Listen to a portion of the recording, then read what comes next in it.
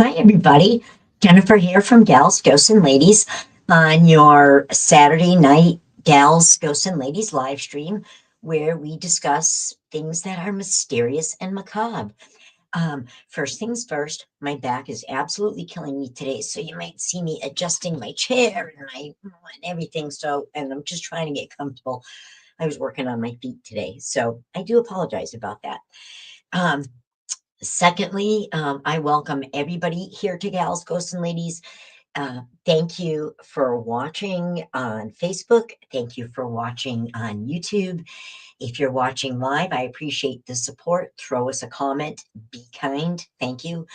Um, and and if you're watching at a later time, thank you for that as well. I know there are so many like podcasts and live streams I want to watch, and I can't always get to them when they come on. So I'll put one on in the background when I'm doing housework. Feel free to do that with these. I don't present a lot of graphics. I do a lot of talking. So put it on in the background while you're doing housework and listen.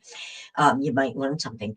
I would recommend also that you go back on, if you haven't watched, check out the one about Lizzie Borden. We uncovered some really obscure facts, facta obscura. Go back and watch. Tell me what you think. And also the Pied Piper.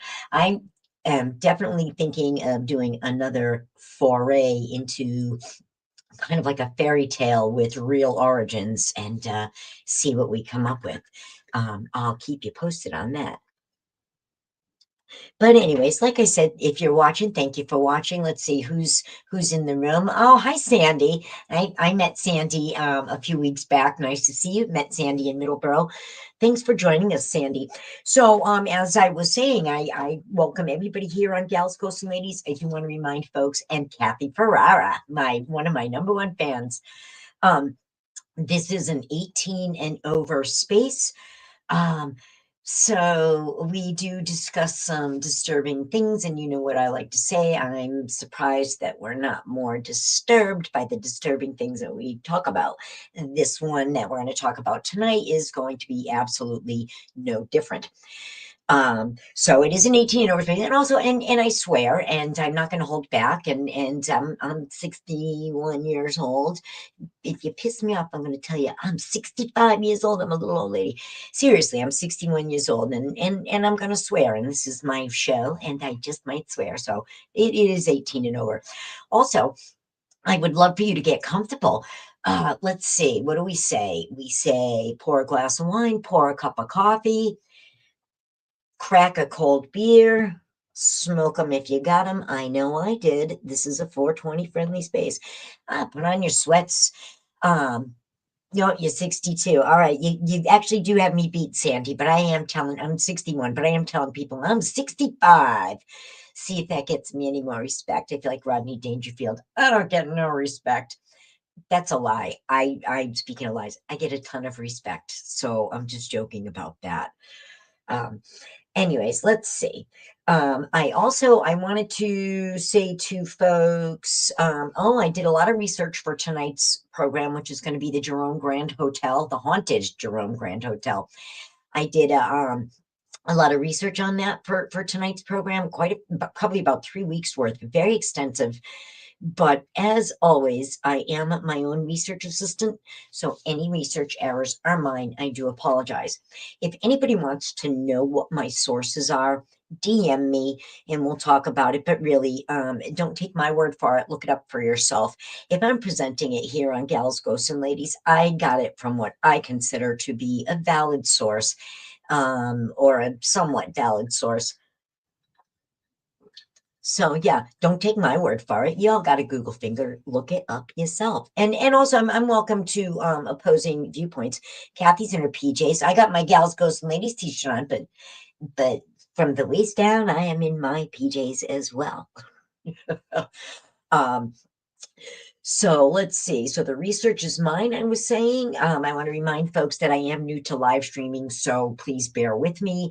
I am new to StreamYard. I absolutely love StreamYard. I am learning as I go. I am getting better every time. But if you're going to critique, please be kind, or DM me and critique. Tell me how bad I am in private. I would prefer that. But I feel like I'm getting better at these every week, and I really enjoy doing them. And I love doing the research. Whoever, well, I was going to say whoever would have thought. I don't know about you guys. I enjoyed school very much. So I enjoy research. So when I get a subject, I really jump in. I'm going to show you my notes. You know me and my notes. Oh my God, pages and pages of notes that I took for tonight's live stream.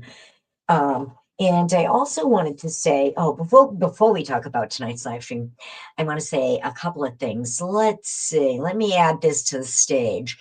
What are you doing on Thanksgiving afternoon? Join me at 4 p.m. for coffee and pie. You know, the everybody will be fed. The guys will have the football games on. The dishes will be done. The kids will probably be outside or hanging out, sneaking a joint with their cousins. At least that's what we did. Um, Sharing a beer, you know, whatever, that kind of stuff. But when all that's done, join us here for pie and coffee. And like this says, don't judge me. Um, Thursday at 4 p.m. And we'll be talking about things that we're grateful about. And I don't know, I thought maybe I have some really cool books and movies I'd like to share with you. Some pretty scary, maybe gothic, talk a little bit about gothic horror. Since Thanksgiving is kind of a New England thing with New England roots. Again, no judgments, not talking about colonization, nothing like that. But Gothic horror is pretty freaking cool, and New England in the United States, New England is the home of that. So maybe we'll talk about that. And being Thanksgiving, we're definitely going to talk about some things that we're grateful for. So I do hope that you join us. Uh, and also, I did put out on Facebook today on my Gals, Ghosts, and Ladies page, I put out a word of the day, and it is going to have a little something sort of to do with the program tonight. And if anybody says, the first person to say what that word is, and I have since deleted it, so it's not there. The first person to say what the word of the day is in my comments is going to win this. So you're going to get a Gals, Ghosts, and Ladies bag. There's a bag with, and includes in it a bag of 4 Christmas cards that are skeleton and very festive, a pink disco ball Christmas ornament, a little ghosty charm, a skeleton Christmas ornament that is really quality. I was going to sell those for $5, but the fair that I was going to sell these at got canceled. So I'm making up bags and doing giveaways. You'll get a bracelet, you'll get a necklace, you get a little change purse, you'll get some stickers, you'll get 2 mini black bows that are absolutely gift worthy to put on gifts.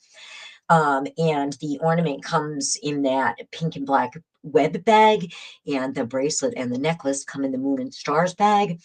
And then you also see there's a raffle ticket there. I did not put up the graphic. Let me see if I can grab that. That raffle ticket will get you entered to win. Let me see. See, here I am getting all new at live streaming, and there it is, this. Nope, it's not there. Never mind. Well, anyways, it will enter you in a this raffle ticket here will enter you in a raffle to win a doll head REM pod, a really creepy, brand new too, doll head REM pod. And funny story, I ordered this because I was going to raffle it off.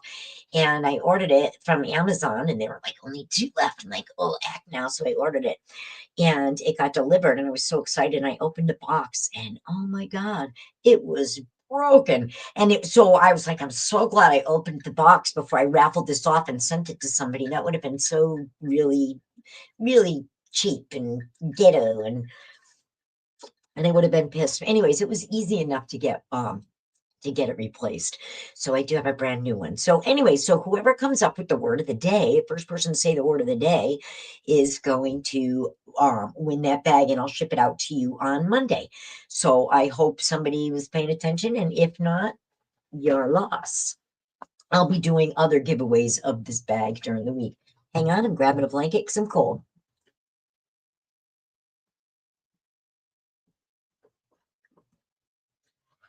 So I'm chilly because I am coming at you. I from my studio. I finally named my studio. And I am coming at you from, let's see, banners, please. I'm getting so much better at this show. I'm coming at you live from Lizzie Lou Studio. And why Lizzie Lou Studio? I had to come up with a good name because I do these live streams because my cousin Michelle really prompted me. Long story, I'm going to keep it short. Really prompted me. And her middle name is Lizzie. And when we're feeling playful, I call her Lizzie. And my middle name is Louise. And we've been best friends since we were like 4. So, anyways, she really prompted me to start doing these live streams and really encouraged me and is always my best cheerleader and my best friend from practically from birth. So my studio is named Lizzie Lou in honor of Michelle and me, Lizzie and Louise. So that's where we are coming at you live from my little studio, which is a little dormer in my bedroom. So it's always a little chilly. In the summer, it's like brutally hot in here, and in the winter, it's always chilly. So, anyways, let's see who else. Oh, and we've got Michelle there. Hi, Michelle. Oh, Kathy missed the word of the day. You know what, Kathy? Let me think, and I'll come up with a way to raffle that bag off tonight. Don't you worry, okay? In fact, hold that thought.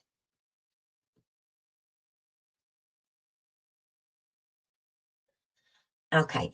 All right. So, and Sandy, you missed it too. That's all right. I deliberately didn't leave it up long. That's kind of the whole idea. That's kind of the fun of it. But don't worry, I just jotted something down. I will have a giveaway. Stay tuned. Watch the program, and I will have a giveaway. So, all right. So I said about Lizzie Lou Studios. I asked you to join me for pie and coffee. I told you about the giveaway.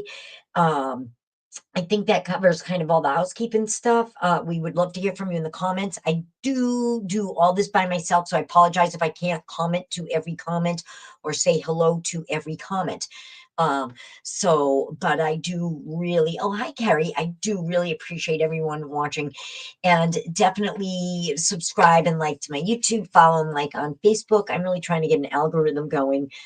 I really like live streaming. I think I'm getting good at it. So I would like to continue doing it, and having watchers and followers is really helpful. Anyways, so I'm going to go ahead and talk a little bit about tonight's topic, which is the Jerome the haunted Jerome Grand Hotel in Jerome, Arizona. So I got a DM from a friend of mine, Kevin Thompson. Kevin, if you're watching, welcome and thank you so much for this idea. I loved researching this, and this is on my bucket list to go to this place. Anybody who's into paranormal, this is in history, American history, history of the West, so on and so forth. So, anyways, Kevin had suggested it to me, and I said, "Oh, great topic." And I did a quick Google search and said, "Oh, yeah, that looks good." And I put it on my list of things to do, things to look up. And then I got busy, and I certainly thanked him, and it definitely was on my list.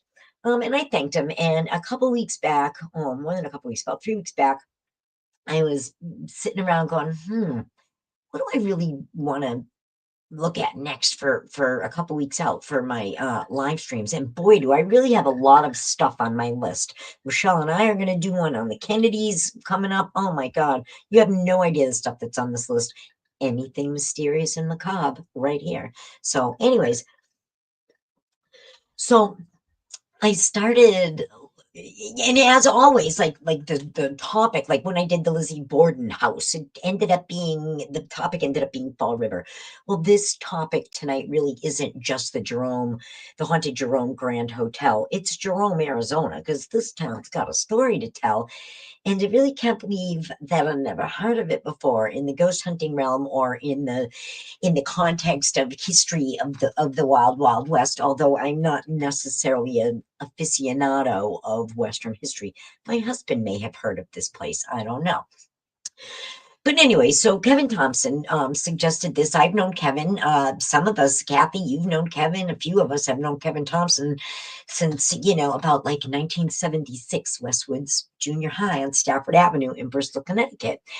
And oh my God, what a small group of people in that junior high. I don't know, were there like 50 of us in the class? Anyways, so we'd known Kevin that long. And then eventually, I think before high school, or maybe Kevin did a year of high school with us at Eastern, but I think possibly before high school, Kevin moved to Arizona.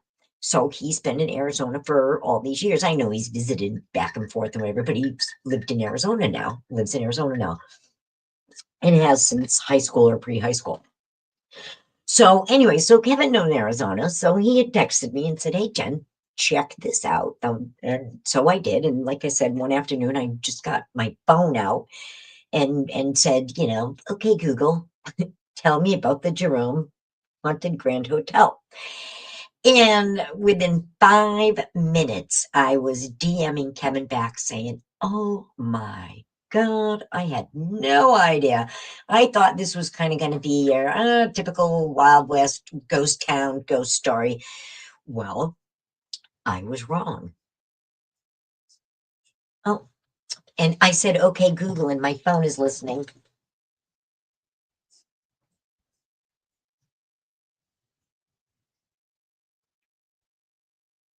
Well, that was really weird. I said, "Okay, you know what?" And it actually heard me from across the room and started looking up and was telling me about the Jerome Haunted Grand Hotel. That was really weird. Anyways, so like I was saying, that, I within minutes, I was texting Kevin saying, "Oh my God, I can't believe the history of this place and I can't wait to present it." So, like I was saying, I mean, I've probably got more notes on this place than any other place. I mean, so many, and all in my pink paper and my pink pens and my purple pens. Do what makes you happy. My colored paper, my colored pens, and my colored microphone make me happy. Just making sure my phone is off. Anyways, that was really creepy. So I do want to say thank you, Kevin Thompson, for suggesting tonight's topic. Kevin said he was going to try to tune in. He is having Thanksgiving with his sister. If I recall, Kevin, your sister's name is Beth. Hi, Beth. Happy Thanksgiving to you and Beth. Hope you can tune in. If not, hope you watch at a later time. And I wish you, again, a happy Thanksgiving and safe travels. I think you probably traveled to see your sister, but so, anyways, so on that note, I think I'm going to go ahead and talk about Jerome, Arizona. And you will see that I have my notes and you will see that I have my drink. I'm very dehydrated. It is just that time of year. Tell me I'm wrong, right? My tips of my fingers are splitting, my hands are dry. I'm really trying to stay hydrated, and I'm drinking like a mix of Gatorade type drink and mixed with water so I stay hydrated. So, all right, guys. So I did not have time to make this teleprompter for myself, so I am going to look at my notes. So Jerome, Arizona. Let's see. Let's see. Oh, this is the Jerome Grand Hotel. Look at this. What kind of vibes does this give off to anybody? Let me know what you think. I kind of have a thought about a certain vibe just from looking at it. Anyways, Jerome, Arizona. It's about 100 miles north of Phoenix.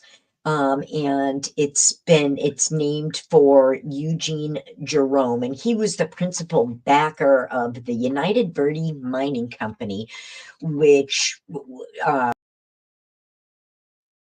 mined that, let's see, remove that, which employed many, many, many people. You will hear that story. So it was a mining town named for Eugene Jerome, the principal backer of the United Verde Mining Company. But what you have to think about is this property, like so many places that we talk about here on Gals, Ghosts, and Ladies, places where things that are mysterious and macabre happened. This area of Arizona has been settled for thousands of years, long before the white man came here. And as always, this is not a colonist conversation. I'm just stating facts. But for thousands of years, indigenous peoples were there mining copper.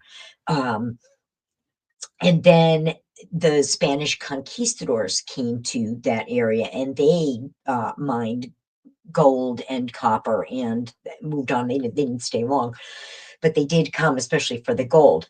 So that area has been settled for a long time.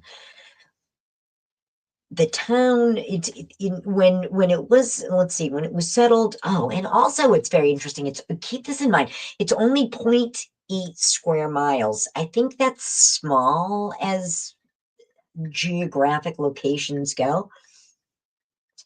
So it's only 0.8 square miles. So it's kind of small. But anyways, so it eventually the town prospered with mining, and at its height there were 15,000 people in 0.8 square miles. I think that's a lot of people in a small place, right? Keeping in mind that also that 78% of them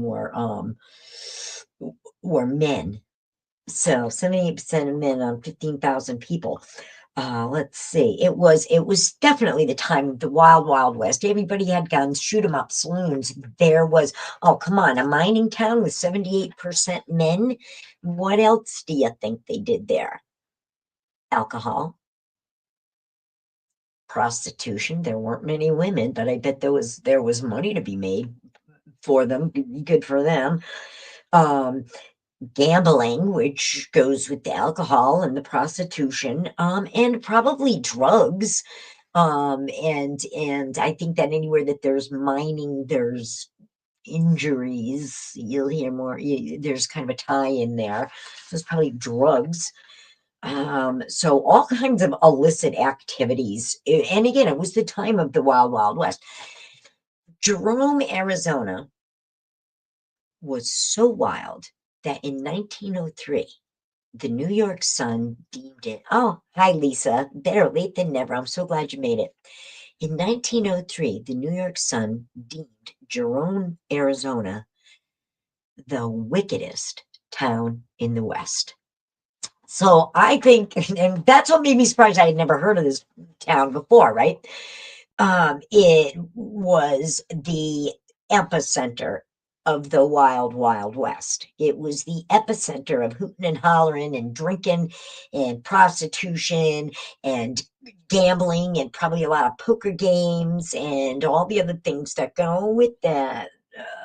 STDs, unwanted pregnancies, broken hearts, loss of money, gambling addictions. Anybody who knows gambling addictions knows that there's not much difference between a gambling addiction and a cocaine addiction. You want to have that conversation with me and disagree? I'll meet you offline.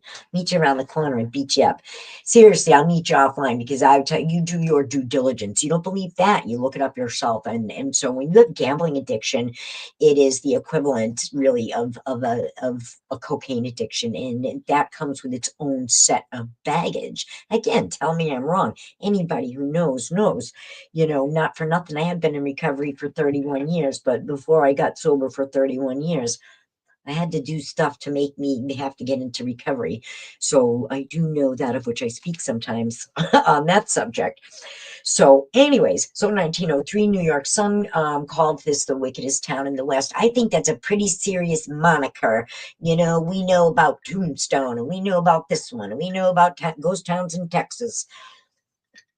And we know about ghost town San Francisco 49ers that all went over there to, go West Young Man, make their money, and all went broke. Well, this town, Jerome, Arizona, was really successful for a while.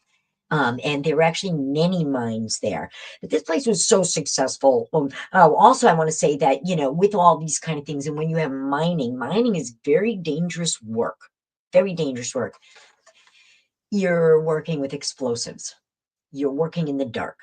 You're working, oh my God, underground. The danger factor. You think iron work is dangerous? Shout out to my friend Dave Zukowski. Zukowski. But you think ironwork is dangerous? Mining is dangerous. So there's all that, though. There's, and the injuries and the illness and all that kind of stuff that goes along with that. But anyways, the town did prosper. And, especially during war times, as I guess, anybody making or mining precious metals would prosper during war times.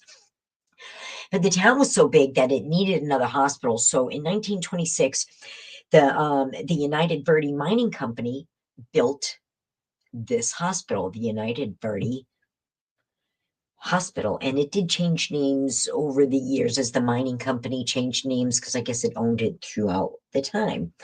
So anyways, it needed another town. So this 0.8 square mile town needed a fourth hospital. So yeah, so that, I think that kind of does escalate us in this 0.8 square mile town, escalate us from just the wild, wild west to the wickedest town in the west, because I think 4 hospitals in a 0.8, I mean, that's a lot of hospitals. So anyways, well, this particular hospital that it was built, let's see, oh my God, listen to this. It's amazing construction. Again, shout out to my friend Dave Zukowski. You should hear this shit. This hospital is virtually indestructible. Let's see. Well, first thing, it's built on a place called Cleopatra Hill, which is a hill named after one of the mines. I could not, in my 3 weeks of research, could not find why the mine was called Cleopatra. Don't know. Sorry. So anyways, this hospital was built at a 50-degree angle into the side of the Mingus Mountains on top of Cleopatra Hill. Okay, it's 5,240 feet above sea level. It's the highest structure in Jerome, Arizona. It's 5 stories high. It's also 5,000 feet above sea level. That is pretty high up, I think. How much is a mile? 7,000 and something? It's almost a mile high. You think of Denver, the mile high city, right? So it's pretty high up there. Let's see, this hospital was considered state of the art, and it was considered very well constructed. It was fireproof. It is, I should say it is, because this hospital, the Jerome Grand Hotel, used to be this hospital, and we'll get there. We'll going to tell that story. And again, what I like to say, I'm going to thread the needle, and I'm going to kind of weave it through all these pieces and kind of sew them all together, right? So anyways, so again, state-of-the-art hospital. This hospital was fireproof. Again, built at a 50-degree angle into the side of the Mingus Mountains on top of Cleopatra Hill. It was constructed from poured in place concrete. There is no wood in this structure other than doors and window frames. Doors and window frames are the only wood. Poured in place concrete. It is also earthquake proof based on this poured in place concrete. Earthquake proof because this hospital had to be built to withstand blasts of up to 260,000 pounds of dynamite. That's 130 tons of dynamite. Not in total, not forever. Blasts of up to. So this hospital was built to withstand that. That is pretty freaking destructible, if you ask me.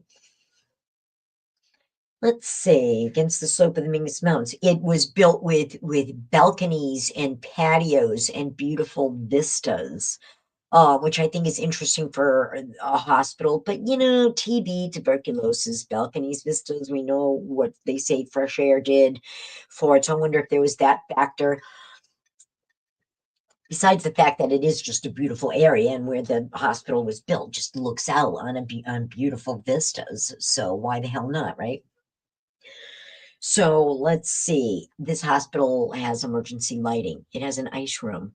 This hospital, in 1926, this hospital had a blanket warming room. I don't know if any of you have ever been to the emergency room that's got a warm blanket coming from a blanket warming machine or whatever. They're awesome. There was this one hospital in Dorchester, the Carney. Oh my God, they had heated floors. If you had to go to the emergency room, that was a nice emergency room. Well, no, it was not a nice emergency room. It was bad. It was in Dorchester, a bad part of Dorchester. Not a nice emergency room, but they had heated floors and heated blankets. So this hospital in 1926 had a blanket heating room. They had surgical suites. They had women's surgical suites. That was a big deal back then. But I again, we'll talk a little bit more about why I think that was probably really important at that place and time. They had, I said, a nice making room. The furnace, let's see, the furnace that they put in there in 1926 is still in use. Bear with me, I have to read this. It's a cast iron Kawani boiler. Cast iron Kawani boiler, still in use. It used low pressure steam. They built it to be portable and convertible so that you could use different types of fuel. I mean, they were really thinking on their feet when they put this boiler in there. It's used wood, oil, and coal, and now it uses gas. It's been very easy to convert. It also has a dual pump. And what that means in terms of a boiler, having a dual pump, when you've got something this big that's 30,000 square feet. Oh my God, look at this place. Let me put it back up there. Again, let's see, oh, Kathy, that's interesting that they've got a live camera. And yeah, definitely scary vibes, Sandy. But again, I'm looking at what I get a particular vibe comes to mind when I look at this. This is 30,000 square feet. So what does that dual pump mean as far as the heating goes?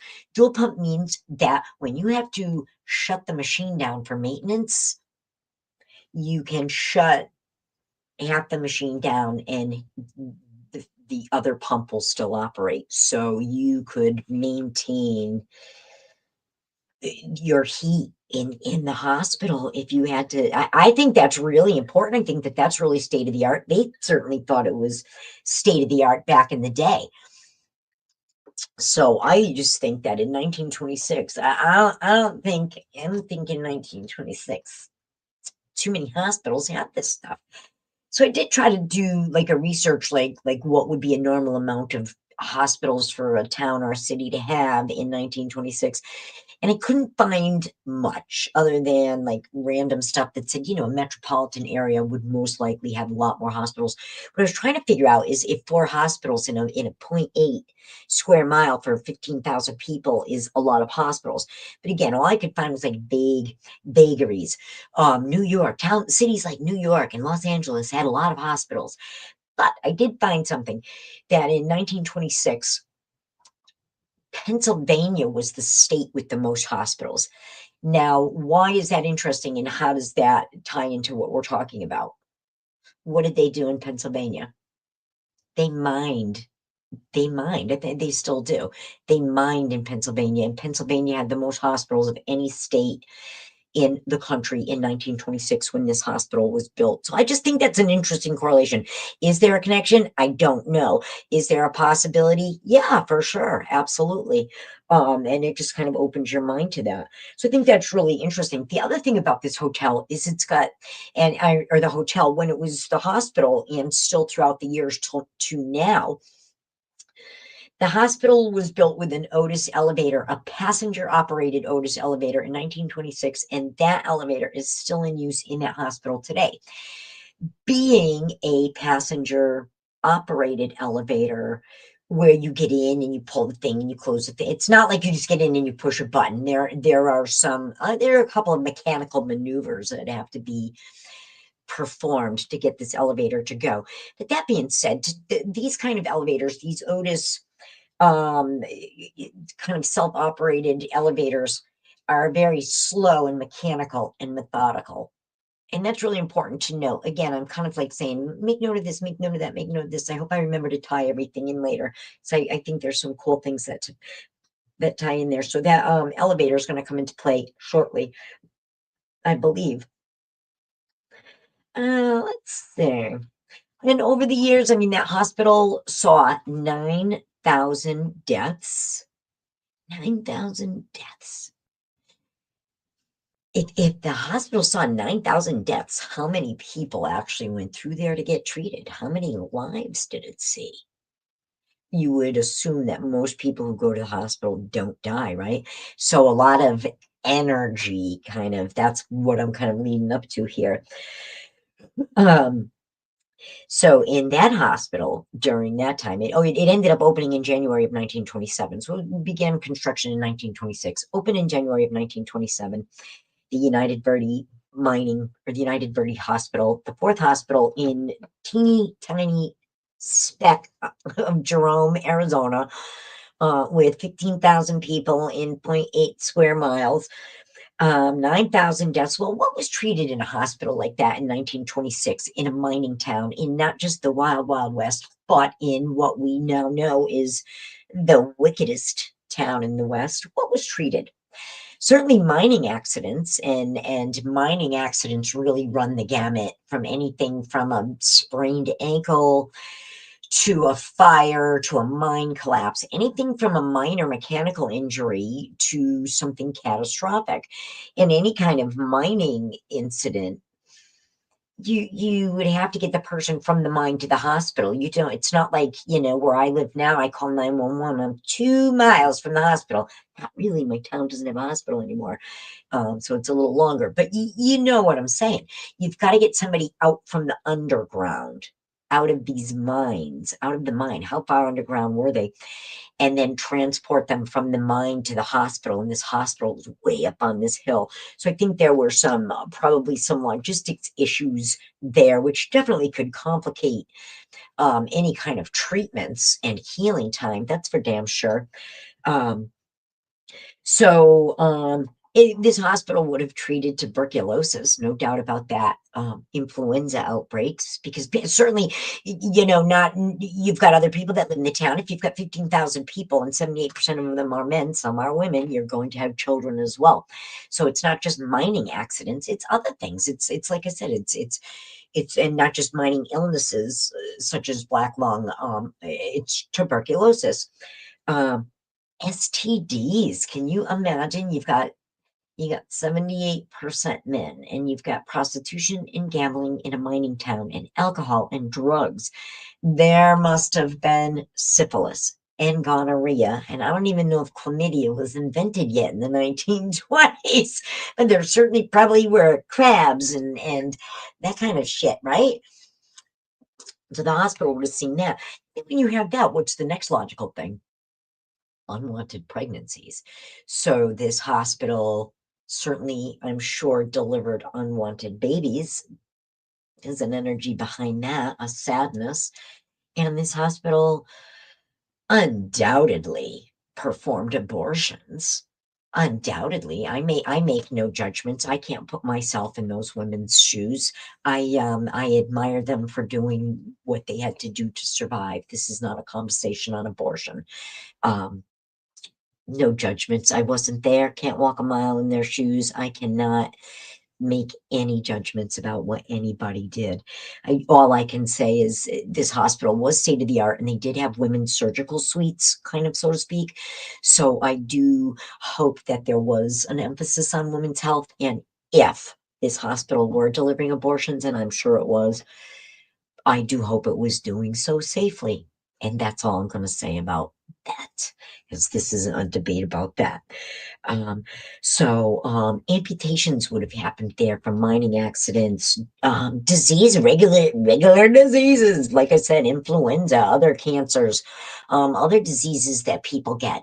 I mean, strep throat used to kill people because before antibiotics. So, a lot of people went through this hospital for a lot of different reasons, like in any hospital, but you've got to add that mining factor, that there's a certain amount of tragedy, I think, that goes along with that. And again, with the STDs, the unwanted pregnancies, so on and so forth. And 9,000 deaths is a lot of deaths. And it poses the question, like I said, not just 9,000. If you've got 9,000 deaths in a hospital, how many lives went through there that probably, hey, Bruce, how's it going? Nice to see you. I'm glad you could join us. But if all those lives went through there, what kind of energy does that leave behind? You're talking about people who were sick and lived there, or people who died in the hospital and their loved ones went there and grieved. That leaves an energy behind as well. So I think what we're building up to here, like so many other things that we do at Gals, Ghosts, and Ladies, um, Kathy said still lots of copper mines back in the area. Yeah, I think there's something inherently creepy about mines and mining, the illnesses and the injuries that go with mining, the going underground and being away from light is just so inherently unnatural, and it's hard work and it's dirty work and it's thankless work and it doesn't get paid well.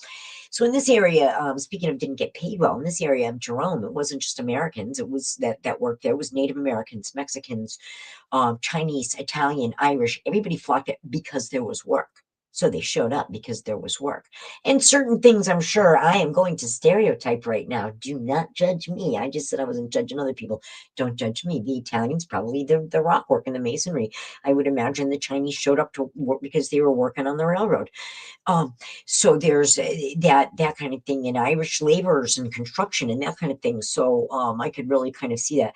I always kind of, for a moment, I get a little funny vision of Blazing Saddles, building that town in Blazing Saddles. Who doesn't envision that? So that's kind of what I picture in my head for a couple minutes here. And I think that's kind of funny. So, but anyways, any hospital is going to have a lot of trauma. And then again, you've got to factor in the minds that, geez,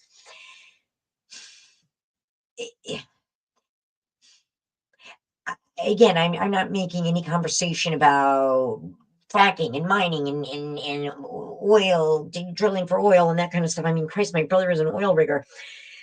But when you have this kind of mining going on, when you're setting off explosives, 260,000 pounds of dynamite at a time, that is traumatic to the earth in a physical sense. It's it's traumatic to the earth in a physical sense. So things happen. So earthquakes happen, and then there are things like anybody who's into the paranormal knows about elementals. What the hell does mining do to elementals, huh? Putting things kind of other worldly but otherworldly, throwing them out of whack.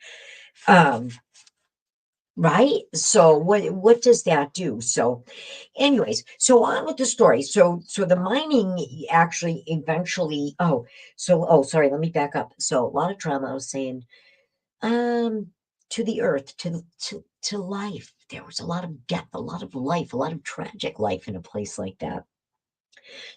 In 1935, there was a man, I think he worked at the hospital. His name was Claude Harvey, and he was found dead in the hospital.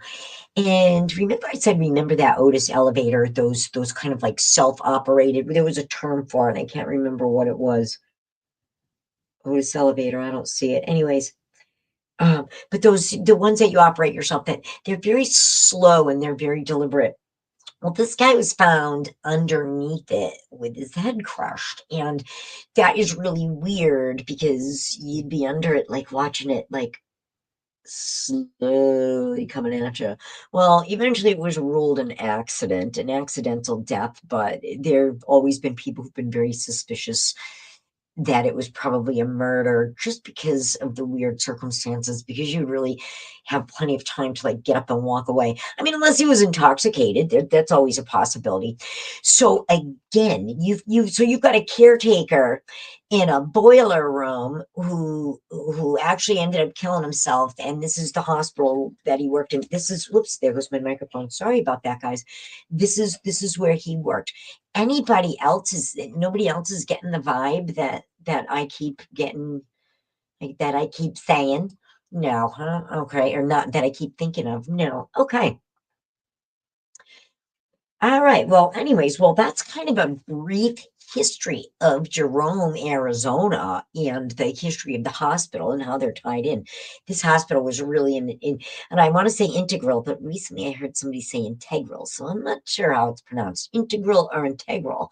This hospital was really woven into the fabric of this community. It sounds like it was a much needed hospital. And keep in mind, there were 3 other hospitals that I'm sure were just as busy, that were probably owned by other mining companies, but this was the 4th hospital.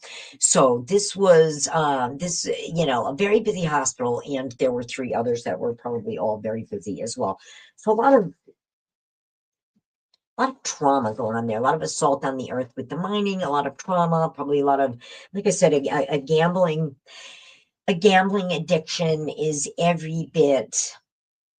A gambling addiction affects the same exact part of the brain as a cocaine addiction, and brain studies show it, and I really believe it. And in another life, I was an LADC1, a licensed alcohol and drug counselor. I also did a lot of my own research on that kind of stuff, so to speak. But I also did some research into gambling addictions, and it's definitely an addiction. And I think that's a big, it's like Las Vegas or Foxwoods. Anybody ever go to Foxwoods and have a great time? I've been to Foxwoods and had a blast. I also went to Foxwoods one time and saw a father dragging his 10-year-old and 8-year-old kid behind him in the height of summer, and they should have been out at the beach playing, and the desperation and the sadness coming off of them in waves was palpable. It was palpable. And so I'm talking about one family, factor that by a lot of other people in this area. So anyways, so as time went on, I really found this, Kevin Thompson, if you are watching, again, thank you so much. I really, really enjoyed this subject. The mining eventually dwindled, and by 1950, all the mines had closed. So we went from a boom town in the 1920s with at one point 15,000 people and 4 hospitals to all the mines closing. And the mines were the main source of income, main source of jobs for everybody. So when the mines closed, the people left. So population went from 15,000 to 50 people. From 15,000 people to 50 people. Kathy says, feels like it's watching the area and waiting. Yes, it does. Interesting. It does look like it's watching. It really does.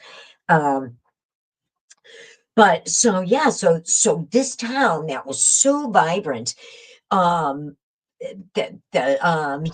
Stanley Hotel carries. So what kind of vibe is it giving off? If I just drill it down, if you can come up with this word of the day, you just might win that goodie bag. So I'm just going to see if we can get somebody to say that word. You're on the right path. Warmer. Anyways, so by 1950, all the mines all closed. The last hospital closed. Population dropped to 50 people. The building was boarded up for 44 years. I think during that time in the 1980s, I boarded up, but there was still a caretaker. Jerome is not it. Sandy, good guess. But the building was boarded up, but there were caretakers. I imagine you would have to keep, kids and thrill seekers and ghost hunters and stuff like that out of there. So there was a caretaker in 1980. One in 1980. Don't see it on my notes. 1980s. A caretaker killed himself. Hanged in the boiler room. Speaking of shades of the Stanley, come on, somebody come up with this one word. Whoever comes up with this word, I'm even giving clues about it. But anyways, very bizarre. So there's, besides the 9,000 deaths in the hospital, we know of 2 strange deaths or unnatural deaths. The guy under the elevator, creepy. Nope, that's not it. It's excuse me, we're on the right track. Now you're getting colder. Shining. Sandy, you win. The word was shining. So Sandy does win. Carrie, you'll get a prize too. Don't worry. But Sandy, you absolutely win. Sandy's going to win that bag, and I'll talk about that a little later. Yay, Sandy! Thank you. Thanks for engaging, you guys. I really appreciate the back and forth. Again, excuse me. So all right, where were we? The caretaker killed himself in the 1980s. Yeah, Sandy, yep, you won. Very much like The Shining, you've got this big looming building that eventually becomes a hotel, and the caretaker kills himself down in the basement in the boiler room, and it looks like the Stanley Hotel. So all these things just gave me the vibe of The Shining. So on my Facebook page today, I said, whoever, blah blah, Shining is the word. So yeah, anyways, yeah. A lot of Shining vibes there. So now that we know kind of the history of the hospital, the it was boarded up really, other than a few caretakers throughout the years, and one of them that we know killed himself, was boarded up for 44 years. In 1994, it was purchased by a man named Larry Althar, and I apologize if I'm not pronouncing that correctly, but it was purchased by a guy named Larry Althar, and he turned it into the Jerome Grand Hotel. One of the things that it had when it was a hospital was it had staff housing. So besides all the other things that I said that made it state of the art, they did have staff housing. But what was funny was, as a hospital, oh, thank you, Lisa. Oh, thank you. I'm shining. But as a staff hospital, because it had staff housing and people lived really on site and had all their needs met there were only 12 parking spaces at the hospital. And not everybody had cars back in the 20s, and it was the wild, wild west. They're probably hitching their horse to the hitching post, roping their horse to the hitching post. So anyways, let's see, where was I? So, when they built the hotel, they had, one of the things they had to do was put parking spaces in. So it went from 12 parking spaces to 70 parking spaces was a major undertaking for them. That was really funny. But anyway, so this guy in 1994 turned it into a hotel, and I guess I want to say, like any hotel, there's reports of hauntings. That's what I first thought when Kevin Thompson told me about this. Oh yeah, it's to be another story of the Wild West, another haunted hotel. Well, no, there's really, really a lot of documented activity there. Before I tell you about some of the activity, I certainly looked up, like, on YouTube and stuff like that, like what episodes I can find, and I watched a few episodes of some ghost hunters. Definitely some famous ghost hunters have been there. But what I really enjoyed, I found on YouTube an episode.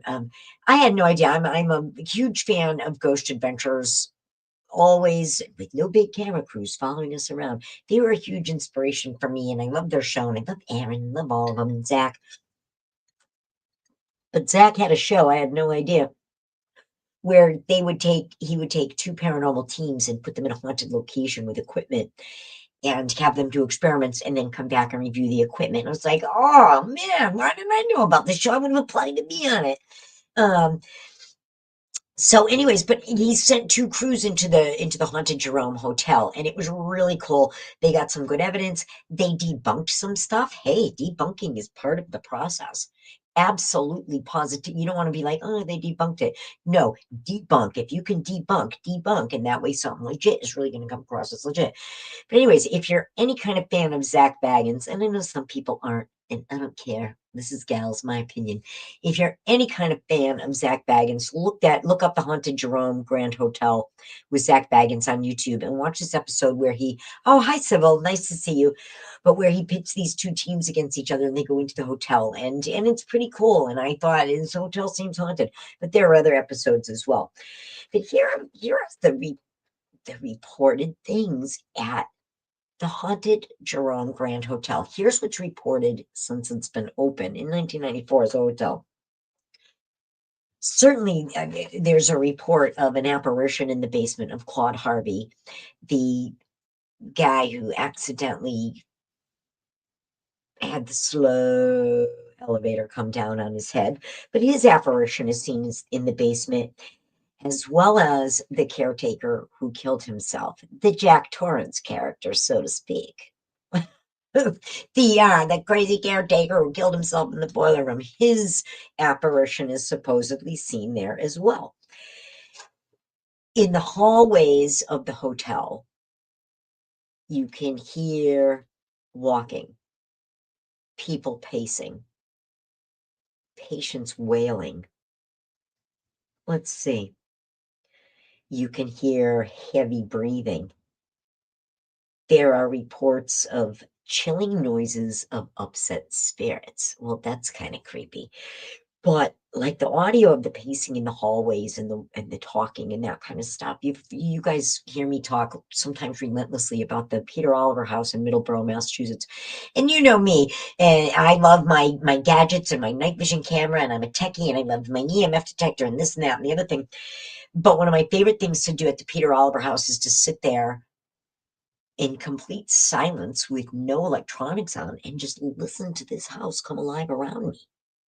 And you hear people talking in other rooms, and you hear footsteps above you, and you hear it's amazing that this house talks to you. I'm going to kind of digress for a moment, and well, not really, because I'm kind of talking like the hallways of this hotel. This is what I thought of. I'm looking at this. I'm looking over at my comment board, and I'm seeing people who are, like I said, 65, my age. But seriously, if you are my age, you all remember Dark Shadows. And we all used to run home from school, and we weren't supposed to watch it, and we loved watching it. And then as I got older, my mother, I love my mom. My mother bought me the boxed set of Dark Shadows, and let me tell you, it was not cheap. It was not cheap, and I loved that, and I watched it over and over and over again. And now it's available on streaming. So, and I'm a Dark Shadows purist. I love other things Dark Shadows, but I have to pretend that it's not really Dark Shadows because I'm a Dark Shadows purist. Anyways, one of the storylines that scared the shit out of me when I was a kid, and I never forgot it, and it's one of my favorites now as an adult. But anyways, in Collinwood, in the mansion that they lived in, like in the West Wing or something, a character would walk into this room that's been boarded up in the tower of the West Wing for years, and they would walk into a time slip or a time warp or something like that, and it would be 1960 whatever when the show took place, and they would be contemporary and walk into this room, and they would be walking into a scene from the 1700s or the 1800s, and they would be unobserved, but they would be able to observe what was going on. So that's what I kind of think of when I think of this hospital, and all those things, the kind of the imprint of all the death and life that went through that hospital. Life not necessarily being a happy thing, people who are grieving and sad. And yeah, Carrie, the Oliver House is an amazing place. The Oliver House will speak to you if you listen. I talk a lot. It's hard for me to shut up and listen. And like I said, I love all my gadgets. But anyways, so that's what I think of with the Jerome Grand Haunted Hotel is like the Oliver House, that if you sit there and listen, this place will speak to you. And I think that's kind of cool. So like I said, this place is definitely on my bucket list. Thank you so much, Kevin Thompson, for suggesting this. And I also am a firm believer in the stone tape theory. I don't know if anybody else is a believer in the stone tape theory. In particular, it's about granite, but I suppose it could be applied to kind of any rock formation that you build on. The theory goes, and again, as it applies to granite, is that certain types of rocks, quartz is another one, granite and quartz hold energy of things that have happened there. The Oliver House, Kathy Frara, it's in Middleborough, Massachusetts. It's a wonderful place. It's got a very integral. There's that other word again. There's that word again. But a piece of American history. Ben Franklin went through there, and I go back to my live streams and look for Oliver House, and you'll see a little bit of the history of that place. It's amazing how important it was, and it's just a few miles from here, and it's in the Bridgewater Triangle. So, anyway, so I was talking about the stone tape theory about granite and quartz in particular, holding the energy of events and traumatic events, and being able to kind of not record, replay them back under certain circumstances. Um, so that's this, and this place I said is built into at a 50-degree angle into the side of the Mingus Mountains on Cleopatra Hill. That's pretty much a big rock. Uh, let's see. So being a former hospital, it's got like heavy double wooden doors. There's reports of the heavy double wooden doors opening and closing on their own. There's reports of hearing gurneys going up and down the hallways, wheels, squeaky wheels, sightings of a 6-year-old boy on the 3rd floor. A bearded miner is seen on many floors. Let's see, lights and TVs turn on and off. Um, and that's right, Sybil and Kerry. Yeah, absolutely. So let's see. There's also a lady in white on one of the balconies, and there's a spirit cat. Why wouldn't there be a spirit cat? I think most hospitals in the 1920s probably had cats as a form of pest control. Don't want to admit it, but I bet they did. Um, so let's see. Also, the most haunted room at the hotel would be room 32. In the 1920s, when this was a hospital, there was a young man, I don't know what his name was, but he had a terrible accident in the mines. And I don't know the details of the accident, but when he went to the hospital, it was determined that he would no longer use his legs, would no longer be able to use his legs. So he was in a wheelchair, and he was in the room that is now room 32 of the hotel. But like I said, this hospital, because it had beautiful vistas, had these great big balconies and patios and kind of, what's the word? Yeah, I was thinking of the Italian word for it, piazza. Like piazzas is, let's see, can we see it? Yeah, well, I guess you kind of can see it. Yeah, and probably on the other side as well. So, but this young man was devastated to lose the loss of his legs, and he probably, I mean, you're not going to go back to work in the mine, so he lost the use of his legs. He lost his income. Who knows what else he lost? Well, for him, he thought, sadly, he thought that that was it for him. And in what is now room 32 of the hotel, but was a hospital room at one time, he hoisted himself up with his upper body strength and threw himself over the balcony, and he did kill himself. So that was room 32. Also in room 32, a business executive, I think this was during the hotel time. Any hotel has suicides. Oh my God, you want to know a creepy one? Look up the Cecil Hotel. I'm going to do a whole episode on that one. Creepy as shit. But anyways, a business executive shot himself in this hotel. Very active, very haunted. So they welcome TV investigators and paranormal investigators. They're very friendly to that kind of thing. Like I said, I personally like the episode with Zach Baggins where he pits kind of 2 paranormal teams against each other. And I really enjoyed it. And I learned a lot too. And they thought they caught a great EVP, and thank God it was all on camera. And what they caught was a guy whispering something, and he didn't even realize he had said it out loud. So that Ghost Hunting 101. Don't whisper. Use your regular voice quietly, but don't whisper anything. You'll make somebody think they got the best damn EVP in the world, and they didn't. But anyways, there is, speaking of EVPs, there's some really good EVPs there. Check them out. Just look up Haunted Jerome Grand Hotel on YouTube, and you'll find a ton of stuff, ton of evidence, ton of cool facts. And they in their lobby, in the hotel lobby, they keep a book, and they ask their guests to record their activity. From the time the hotel opened up until now, the hotel has filled 5 300-page notebooks. That's 1,500 pages of guest-reported paranormal activity in this hotel. I think that's a lot. um, for someplace that isn't like the Oliver House or the Emery Estate, places that open up for paranormal investigations for that kind of thing. This is what their guests report. I think that's pretty excessive, if you ask me. So that is what I had to present to you tonight. The Jerome Haunted Hotel. I keep messing up the name of it. The Jerome Haunted Grand Hotel. Well, like I said, you know what I always say: smoke them if you got them, because you know I did. So I can't get the name of the place right. The Haunted Jerome Grand Hotel in Jerome, Arizona. There we go. Got it. Yay, me. I win a prize tonight.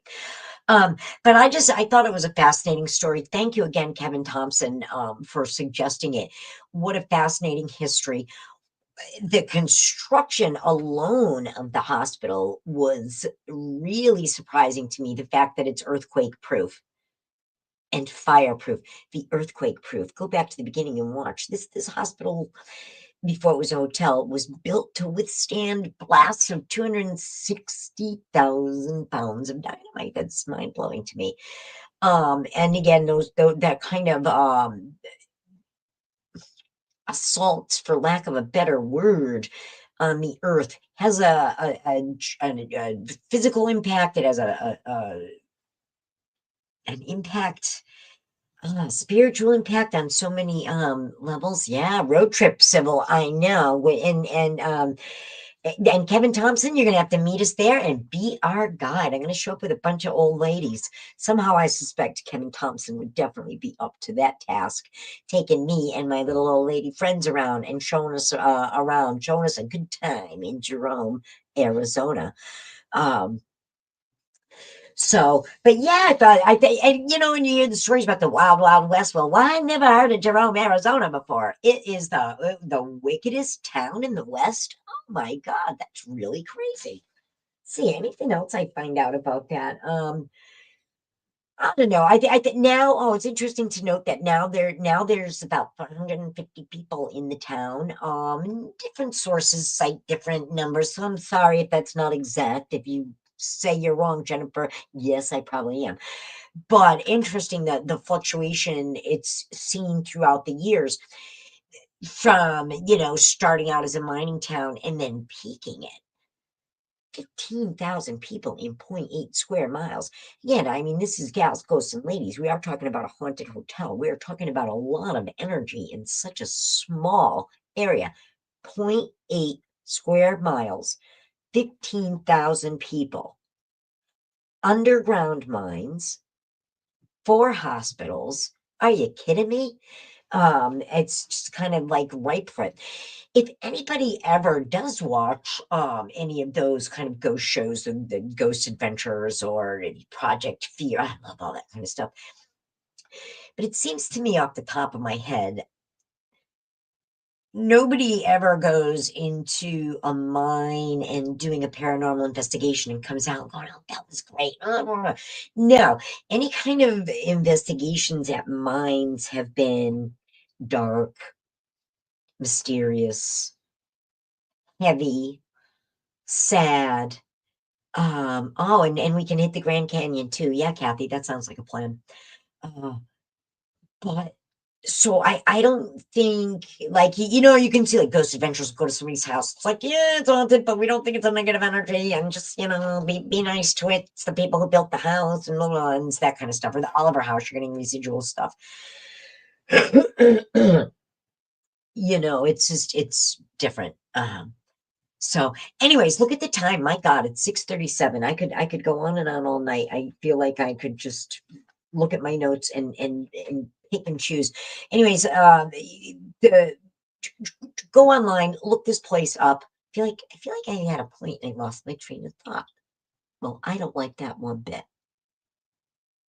Anyways, all right. Well, you guys, you know the drill. Please like and share all that good kind of stuff. Thank you so much for watching. I had so much fun presenting this story of the wickedest town in the West. Um, And I'm going to say a couple more things. Sandy, I want to say congratulations, Sandy Weinberg, because this is what she won. I'll be shipping this out. Sandy, just DM me your address and I'm going to ship it out Monday. I have to go to the post office. So Sandy, you won everything, including a ticket into the raffle to win that doll head. Let's see. And I also wanted to remind everybody to join us this Thursday, Thanksgiving at 4 p.m. Dinner will be done. The dishes will be washed. The guys will be watching football. The kids will be outside playing, or like I said earlier, the cousins will be smoking a joint. Join us at 4 p.m. for coffee and pie, quote unquote, so to speak. That's what my family always did. It's like, well, like Thanksgiving, everybody would, you'd spend it with your family, but afterwards you'd go to somebody's house, go to Nanny's house for pie and coffee. So meet me here on Gals for Ghosts and Ladies. Where'd I go? Where did I go? There I am. There I am. So, yeah, so many things. Thanks again to Kevin Thompson. Thank you to all my viewers, my interactive viewers. Kathy, you're always so much fun to interact with. Sandy, I appreciate all your comments, and congratulations on winning this awesome gift bag. I'll get it out to you so that you can use the cards to send out for Christmas. And Sybil, always thank you for joining. And Lisa Aubie, OG Gals. Lisa is OG for anybody who wants to know. She's also the president of my fan club.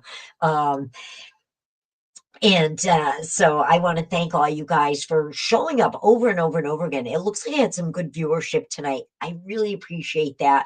Looks like everybody was kind. Thank you again. I am going to wrap things up. And again, Kevin Thompson, thank you very much for showing us or telling us about the Haunted Grand Hotel in Jerome, Arizona. Check it out. You'll find all kinds of stuff on YouTube and whatnot, and enjoy. And I will see you all right here for pie and coffee Thursday afternoon on Thanksgiving. Thank you very much. Live from Lizzie Lou Studio. This is Jennifer from Gals, Ghosts and Ladies.